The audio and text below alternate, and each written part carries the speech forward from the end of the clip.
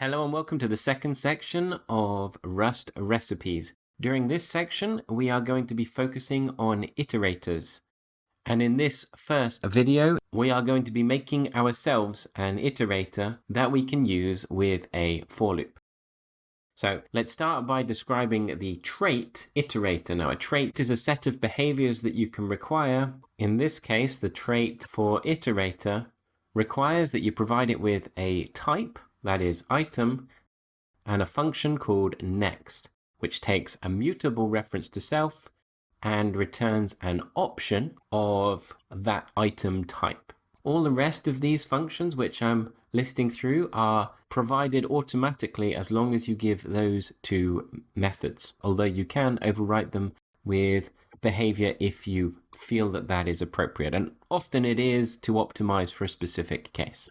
The other trait we'll look at later is the into iterator trait, which is anything that can become an iterator or at least provide an iterator, and anything that implements that works with a for loop. So for right now, let's create a new library using cargo new -- lib to say this is a library, and then d2 iterators to say it's day2 iterators. Now, if we open up in the source files here, we're going to get a lib.rs instead of a main.rs, and we can add our code here. Notice that the source lib.rs file already contains a test area. The CFG test says only include this when you're running tests. This code will not be included at all in the final output program or library. So we're going to create a range iterator. Yes, this does exist in Rust already, but it's a really clear example of how an iterator works. So understanding how an iterator works will mean that you are able to build them for whatever need you have.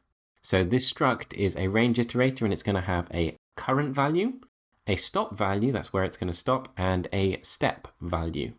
It's worth implementing a new function for this, as there's 3 variables. So we'll type impl range iterator, and then inside this impl we'll give it the public function new, and this will take a start value, a stop value, and a step value. So it will start and it will step by each step until it gets to the stop value, and there it will end.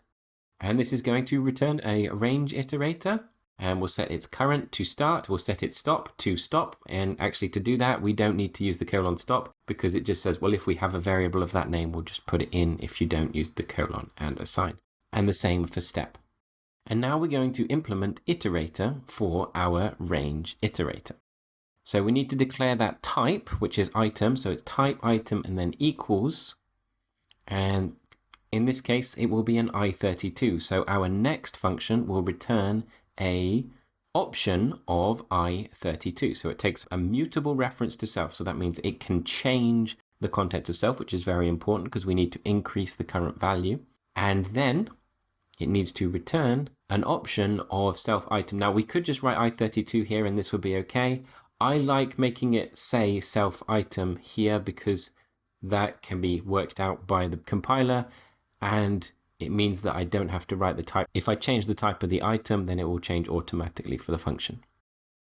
So if self.current is greater than or equal to self.stop, we just want to return none. We have finished this iterator. It is done. Otherwise, we need to get a result value. So we'll set res to self.current. You can't just return self.current because you need to actually make an addition somewhere. So now we'll add to self.car by self.step. And finally, we will return a sum of res. So as long as current is less than self.stop, it will keep returning the next value in the loop. So inside this test function, notice the hash test in square brackets. That's basically a macro that will put everything in place to make sure this behaves properly as a test. So this will run when you run through cargo with the test settings. So we'll start by demonstrating a for loop. So we'll let m equal 0, and we've had to make it mutable because the value of m is going to change throughout this function. And then we'll create an iterator which will range between the numbers 5 and 12 with a value of 3. So that's range iterator new and those values in the brackets. And then we can use a for loop, for s in it. Because it's an iterator, a for loop works on our iterator. And so we will just add those values, m plus equals s, and then we can check that the final result using assert equals, which is a macro, but it feels like a reasonable function. You just compare these two values, and if they are not the same, it will panic, and therefore the test will fail. As of course, that will be 5, plus 3 is 8, plus 3 is 11, plus 3 is 14, which is bigger than 12, so we won't include that. Now to test this, we can run cargo test. Forgot to include the above module, so we can do use super : star. That is to use the parent module and make it available to you, everything from the parent module. And there we are, the test works. But if we try it with different numbers, the test fails and shows us this error. The left is 24, but the right is 23. And if we want extra information about the test, maybe what lots of testers do, we can put that information in the test, and you will see right after write 23, it gives the comment test1 to say this was the name of that failing test, just to help us narrow down if we have lots of asserts in the same function. So now what I want to do is I want to show you how we can do this iterator so that it is generic over lots of different types. In order to do that, I'm just going to copy it as is into a new file called source, and we'll call it genrange.rs. And then we'll open up both of these files. So we need to make the librs include the module. So we'll make it a public module, and it's genrange. And once that's included, we should now find that this code gets type checked by Vim, and we will call our gen range iterator, so that's our generic range iterator, and it will have a type attached to it, and that type will be t. So now we can change the types of all of our things to be that type t. This is where we declare the type, and we don't know what that type is going to be, but we'll make all of these things behave like t. So whatever t is, the current stop and step all need to be the same.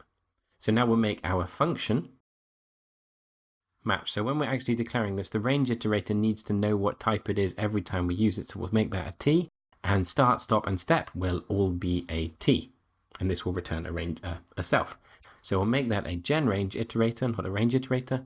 We need to declare the type t as existing. So when you're doing an impl, you need to declare all of your types in the impl and then reference them throughout. So the gen range iterator is of the type at the beginning of the impl. And the same is true for our iterator here. So we need to make this impl type t, and then for a gen range iterator of type t. Now we need to change a few more details. So because self.current is greater than or equal to self.stop, well, the compiler doesn't know that that is going to work. It doesn't know that we can use the greater than or equal operator on these types because it's of type t, and it doesn't know anything about type t. So we need to limit the type to a type that we can use the greater than or equal to operator. Now, this is true for most of the Rust language. There are a lot of traits built into the language, such as partial OR, which allows the greater than or equals operators to work with. There's also a trait like add and div and mul and sub, which all allow for the plus, minus, times, and divide operators as well. So by implementing these traits, you allow the operators to work on them. So we're going to require that t implements partial OR. There's still a few more errors here. Self.char, that says plus equals cannot be used, and for that we need standard ops add assign. Finally, to be able to return this, the type has to match the item type of the iterator. So there we go, the item type is now t, and we've got a few more problems. Cannot move out of borrowed content. Actually, because we're requiring these implement copy, which all primitive number types do, and copy means that instead of moving the content, it copies the content, which means you can have it in multiple places and referenced because it's not a reference. And it's generally a small type that's easy to copy. So now we'll change the test to work with these things. So it's a gen range iterator.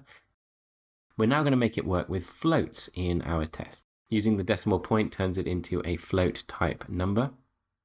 So we'll make these all decimal pointed. And actually, let's change that a bit. So it's 5 point, 12 point, going to increase by 2.5. So we can show the benefits of using a 12. So this should be 5, and then it'll go to 7.5, and then it will go to 10, and then it will go to 12.5, but that's bigger than 12, so that should break and it won't return it.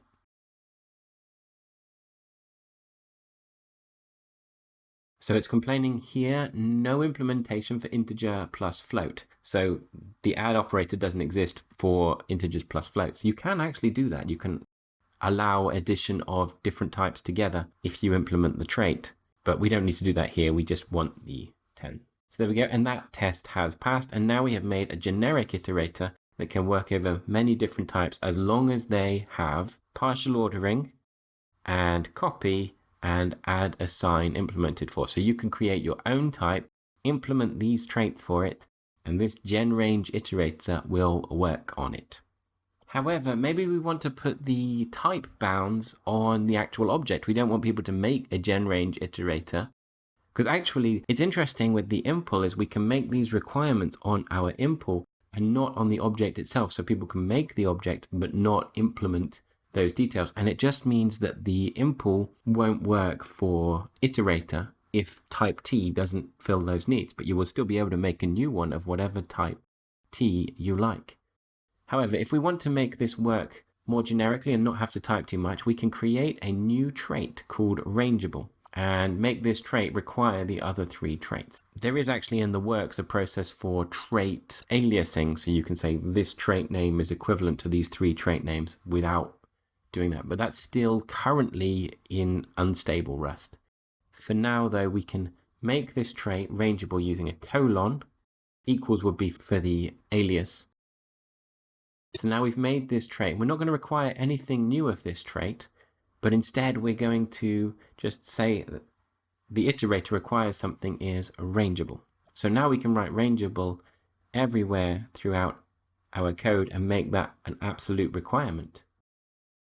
But here it's saying, but if I try and compile and run this, it says the S in the trait rangeable is not implemented for float. So that's a bit of a challenge. So we say, well, clearly float implements those 3 things we needed, partial ordering, add assign, and copy, but it doesn't yet implement rangeable. Now here is a trick, and it's very common in Rust libraries to do this, but you can only do it in the library where you're creating the trait or the library where you're creating the type. Anywhere else kind of makes things weird, and so Rust as a whole have disallowed that. So we're going to impl add assign. So for any T that implements add assign, partial ordering, and copy, we are going to impl rangeable for that T. Let's bring that in as a use now that I've got it in 2 places. So standard ops add assign, and then we can get rid of the standard ops here. And so that should solve our needs. And now our test has passed, and our range iterator works in a generic manner with any type that implements partial ordering, add assign, and copy.